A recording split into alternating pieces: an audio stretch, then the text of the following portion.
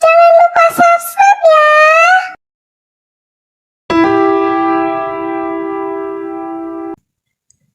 Kisah Bangau dan Rubah Jahil.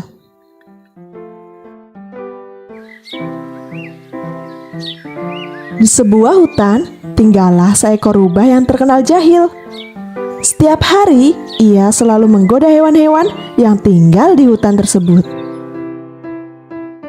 Pada suatu siang, si rubah jahil itu merencanakan sesuatu untuk menggoda Bangau.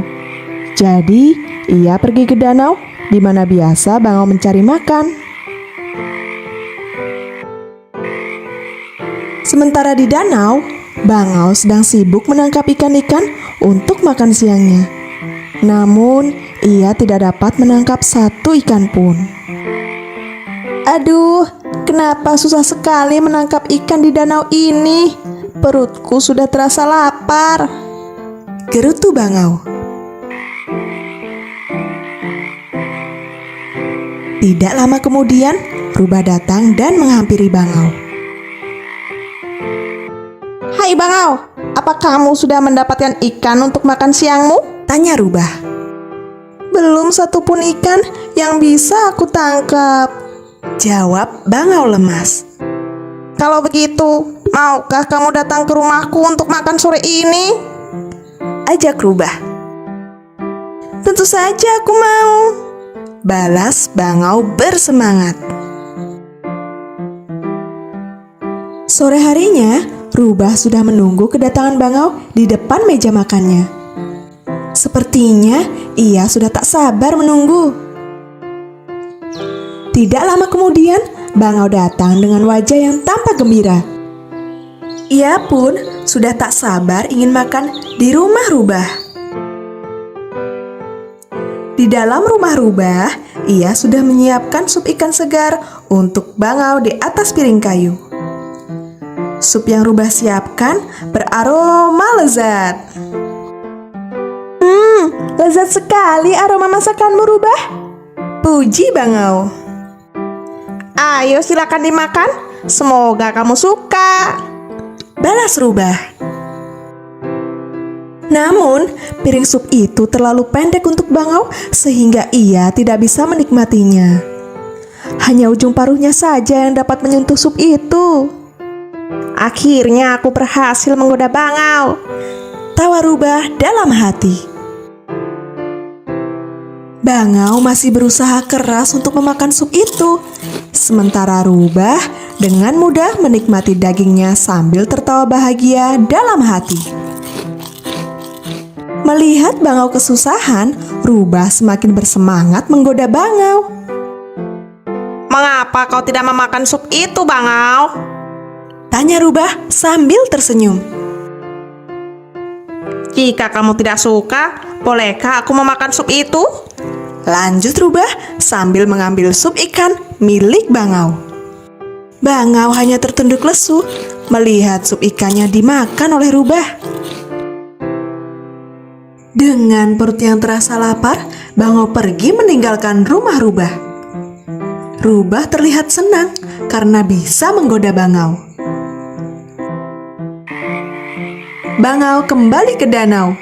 Dengan wajah masam, ia berusaha menangkap ikan. Lalu, tidak lama kemudian, seekor kepiting datang menghampirinya. Bangau, kenapa wajahmu terlihat masam? Tanya kepiting itu. Lalu, Bangau menceritakan kejadian acara makan itu kepada kepiting. Bukankah rubah tahu jika Bangau tidak dapat makan di atas piring? Tapi kenapa dia tega menggodamu seperti itu? Kata kepiting itu jengkel. Bangau, kenapa kamu tidak mengundang rubah untuk makan di rumahmu? Lanjut kepiting memberikan saran kepada Bangau. Atas saran dari kepiting, keesokan paginya Bangau kembali menemui rubah yang jahil itu untuk memberikan sedikit pelajaran. Kali ini, Bangau mengundang Rubah untuk makan siang di rumahnya. Rubah, sebagai ucapan terima kasihku, maukah kamu datang ke rumahku untuk makan siang ini? Bujuk Bangau. Aku akan memasakkanmu sup daging kesukaanmu. Lanjut Bangau merayu. Tentu saja Bangau. Aku akan datang ke rumahmu siang ini. Balas Rubah bersemangat.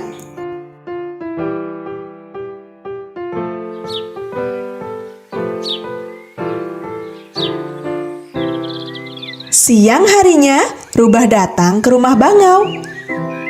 Sambil memikirkan betapa lezatnya sup daging masakan Bangau, sampai ia tak sadar air liurnya menetes. Di dalam rumah, Bangau menyambut kedatangan Rubah. Ia sudah menyajikan 2 sup daging yang ia masukkan ke dalam kendi berleher sempit. Rubah, silahkan menikmati sup daging itu, kata Bangau sambil tersenyum kecil. Dengan mudah, Bangau dapat menikmati sup daging itu dengan paruhnya yang panjang. Namun, malang bagi si Rubah. Ia hanya dapat menjelati ujung kendi itu karena mulutnya tidak muat untuk masuk ke dalam leher kendi itu. Melihat Rubah yang kesulitan, Bangau berhenti memakan sup itu. Mengapa engkau tidak memakan sup itu, Rubah? Apa kamu tidak menyukai sup itu? Tanya Bangau. Aku tidak bisa mengikuti caramu makan, Bangau. Balas Rubah dengan wajah lesu. Dan Bangau memberi sedikit nasihat pada Rubah. Begitupun denganku. Aku juga tidak bisa mengikuti caramu makan, Rubah. Tetapi dalam acara makan kemarin, kamu sengaja menggodaku, kata Bangau memberi nasihat. Mendengar hal itu, Rubah pun merasa malu. Dengan perut lapar dan malu, Rubah pun pergi meninggalkan rumah Bangau.